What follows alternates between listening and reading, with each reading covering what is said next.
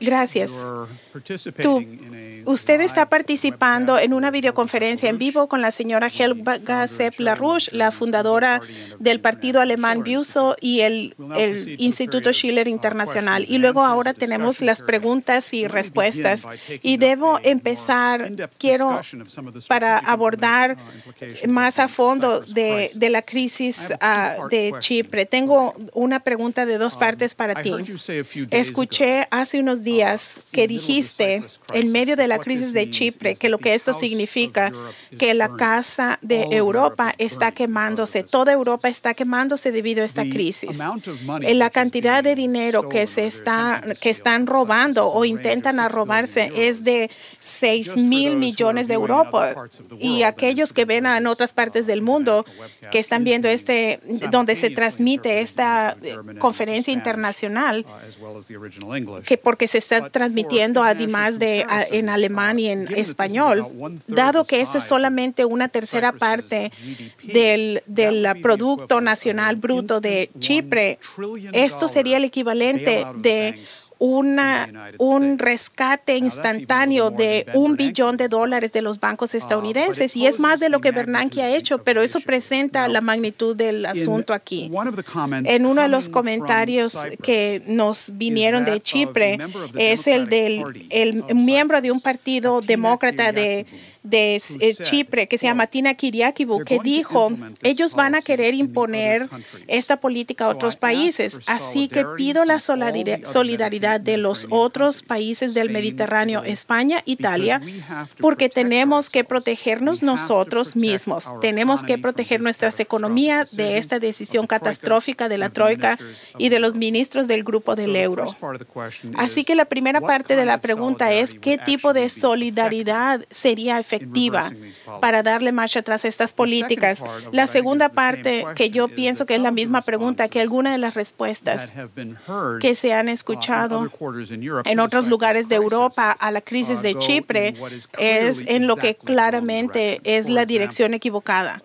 Por ejemplo, alguien a quien se le presenta como un economista principal de España, Santiago Niño Becerra, que dijo en la Televisión Nacional de España que lo que está pasando en Chipre va a pasar en todas partes y que debemos aceptarlo porque debemos salvar a los bancos. ¿Por qué debemos salvar a los bancos?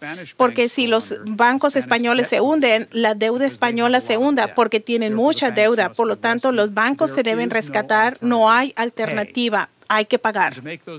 Y para hacer esos pagos, él propone la propuesta modesta de tomar 5 o 6 millones de los desempleados españoles, que es como 25% de la fuerza laboral, y hay que echarlos del país. Esas ideas claramente no van en la dirección correcta. ¿Cuál es la forma de verdad de solidaridad que debe tomarse aquí? Bien, como dije, hay un conjunto de políticas que remediarían la situación, pero yo no pienso que porque si usted simplemente tiene solidaridad, no funciona, no ayuda. Lo que se debe hacer es que se tiene que implementar la Glass-Steagall. Esto es el primer paso mínimo, porque si no detenemos el sistema de especulación, esto no va a funcionar. Pueden hacer un truco, puedes posponerlo un par de días o semanas, pero el problema fundamental es que todo el sistema transatlántico financiero está tan endeudado, está tan cargado de desperdicio tóxico, que si tratas de salvar los bancos, como este economista español propone, estás perpetuando algo que simplemente va a llevarnos a una catástrofe total. Debe haber una separación absoluta de los bancos, y esa parte de los bancos que se dedica a la verdadera economía debe ser protegido por el Estado, y es la medida que debe serse discutida. debe discutirse, y la mejor manera de solidaridad es básicamente conseguir a muchos partidos, instituciones, grupos en todos los países afectados, que es prácticamente todos los países europeos, y tener esa discusión para estar de acuerdo de que necesitamos la reconstrucción de la economía real, porque todos los bancos, el dinero no tiene un valor intrínseco. Hay que regresar a una situación donde los bancos son los sirvientes, están de la verdadera economía. No hay una razón de por qué los bancos deben tener este estatus extraordinario de que son la cúspide del mundo y que tienen derecho a las ganancias ridículamente altas. Debemos ir a que por lo menos a la filosofía de tales individuos como Abs, que era un banquero industrial en el periodo de posguerra, que tenía una ética de un banquero, donde el banquero debe estar al servicio de la economía verdadera, como Herrhausen, que era el dirigente del Banco Deutsche, que fue asesinado por una generación del Ejército Rojo, que dudo que exista, y que él proponía una moratoria a la deuda para el tercer mundo. Tenía la idea de usar el modelo del Kreditanstalt für Wiederaufbau para el desarrollo de Polonia en 1989. Era el plan que quería presentar pero fue asesinado. Pero los bancos pueden ser instituciones normales.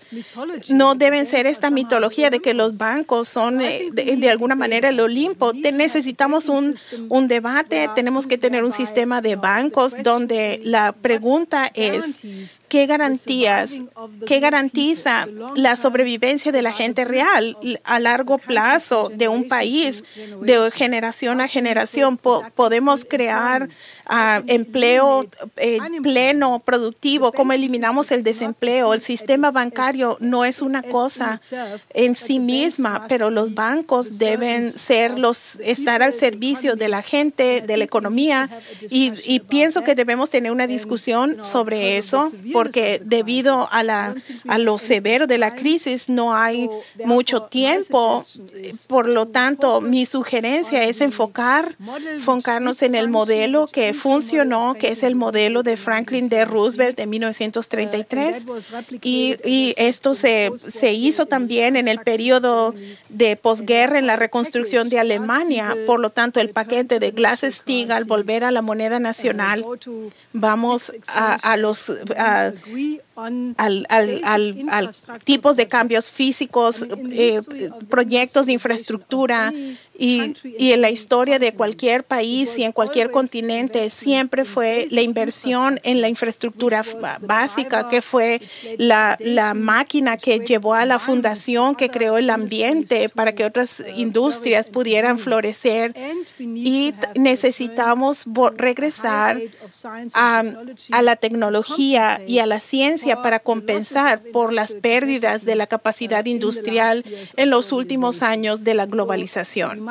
Y debemos juntarnos, debemos estar de acuerdo en estos principios, y la mejor solidaridad es mostrarle a la gente de que hay esperanza, de que la gente no tiene razón de estar desesperada. Hay una perspectiva de cómo salir de esta crisis, y pienso que esta discusión sea pública y más amplia. Es la mejor solidaridad que podemos proveer. Very good. Muy bien. Hay aspectos estratégicos de esta crisis de Chipre a que quiero regresar, en particular el hecho bien conocido de que una tercera parte de los depósitos en el sector bancario de Chipre es Rusia, y los rusos no se les advirtió de antemano por las autoridades de la Unión Europea de lo que iban a imponer en Chipre. En particular, el presidente Putin dijo que esto no era profesional, era un paso muy peligroso. El Financial Times de Londres, que estaba muy conocedor de estas implicaciones estratégicas, y citó al director de los ferrocarriles de Rusia, Yakunin, que es muy cercano a Putin, advirtió que esta propuesta dañaría las relaciones de Rusia con la Unión Europea y dice, todo mundo sabe que los depósitos pertenecen a los rusos y ni siquiera consultaron a Rusia. ¿Cómo puede ser? Ellos están resolviendo su problema a nuestro costo. Y finalmente, en un foro económico en Moscú que se llevó a cabo el 20 y el 21 de marzo, en medio de esta crisis, Yakunin de nuevo dijo de que esto es el fin del neoliberalismo si Europa va a resolver sus problemas usando los recursos de las compañías rusas y de los ciudadanos rusos. Y después el Glasiev, que es un asesor de Putin, dijo que estos eventos significan de que la Rusia misma debe eliminar el proceso de depender en los fondos de ultramar, que obviamente es un asunto que se está debatiendo y es muy polémico dentro de Rusia. ¿Podrías, por favor, discutir las implicaciones más profundas de la situación de Chipre? Ahora, una implicación obvia estratégica es de que Chipre se encuentra en un punto estratégico, una localización estratégica que nos lleva a todos los puntos candentes del Oriente Medio. Está muy cercano a Siria, más cercano a Siria que a Europa. Es un área que hay una pelea. Hubo una guerra en el 74 que todavía hay muchas tensiones entre Grecia y Turquía. Y la gente dentro de Grecia están muy afectados por esto. Hay reservas de gas que se encuentran en ultramar y que la pelean Grecia y Chipre y Turquía. Y puede uno imaginarse de que lo que va a surgir de esta constelación, dado el hecho de que todo el Oriente Medio es un polvorín que está listo para estallar y que va a ser todo mucho peor de lo que ya está ahora. Pero yo pienso que el hecho que hay este desafío de la Unión Europea, donde ni siquiera piensan que es necesario informar a la Rusia para crear confianza, significa el estado de lo que está sucediendo entre Rusia y la Unión Europea, que en este momento se le puede decir que es extremadamente volátil y peligroso y no se puede separar de toda la cuestión de la Unión Europea y la expansión hacia el oeste y de la OTAN hacia el este, y que por mucho tiempo en la mente y para los rusos y los chinos se va.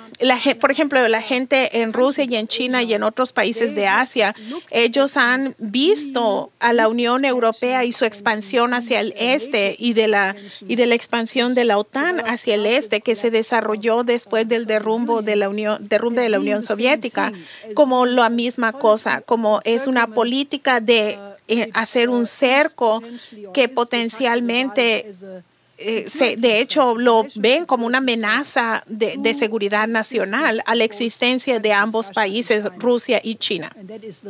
Y es la razón de por qué los lazos militares entre Rusia y China se han fortalecido significativamente. Y desde el punto de vista de Rusia, ellos ven el despliegue de los misiles Patriot en Turquía, alrededor de un incidente que ahora, de acuerdo al periódico militar austriaco, Y fue un pretexto instigado, creado por Turquía mismo, como una provocación. El que se haya llevado los misiles Patriot, una provocación. Y de la misma manera, el que se instalaron el sistema de defensa de Estados Unidos en Polonia y en la República Checa, en Rumania, y que ellos dicen y lo han dicho abiertamente, está diseñado para eventualmente, cuando llegue a su fase candente, va a eliminar la capacidad de defensa nuclear de Rusia, el contraataque de Rusia ha dicho claramente que no vas a aceptar y están tomando contramedidas. Y esto hace la situación estratégica muy candente y obviamente uno no puede separar el miedo financiero, la razón de que el sistema financiero se está desintegrando, no lo podemos separar de la crisis estratégica que estamos al borde de una escalación potencial de la situación en el Oriente Medio que podría llevarnos potencialmente a una tercera guerra nuclear global. Por lo tanto, la negligencia que parece el que no hayan informado a Rusia es una señal de los tiempos de que las relaciones no son buenas. Y que en cierto sentido puedo decir que la situación es tal que requiere que se repare urgentemente, y cómo repararse es básicamente declarando de que el modelo económico de la globalización es un experimento fracasado y ir a una verdadera reconstrucción de la economía real y a ir en la cooperación real entre Rusia, Estados Unidos y Europa, que es significativa. ¿Por qué no lo haríamos? Después de todo, Rusia no es comunista más. ¿Por qué no queremos tener una alianza con todos los países de Eurasia y no ir en la otra dirección que puede solamente llevarnos a que todos estallemos?